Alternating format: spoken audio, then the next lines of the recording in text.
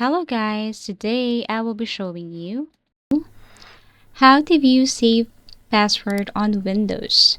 If you find this video helpful, please do like and subscribe. So first things first, you have to go to your start menu, your search menu right here, and then you have to look for control panel. Click open.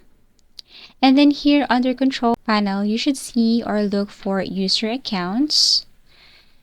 If you can't find it right here, then you can search for that. You can also tap this one and make this as small icon.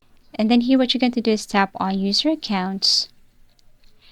Now you have to scroll down here and then click manage your credentials.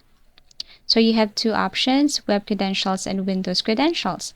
So if you want to look for your password web credentials right here, then you can just basically tap this arrow or drop down menu, and then you will see this, and all you have to do is tap on show to view the password of this specific feature on your other web credentials. For Windows credentials, it's the same thing. Let's just say if you want to know your Roblox password, for example this one, you can tap on this drop down menu, and then you can just basically remove or you can edit, and you can view your password here. Now if this one didn't work, then the other method is you just have to basically look for that specific site.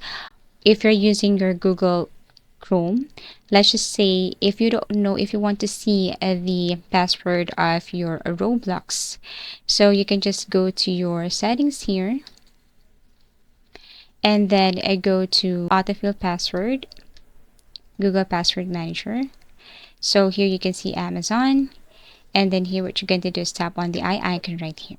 So basically this is how you view saved passwords on your PC or on your Windows. Thank you for watching and see you again in our next video tutorials.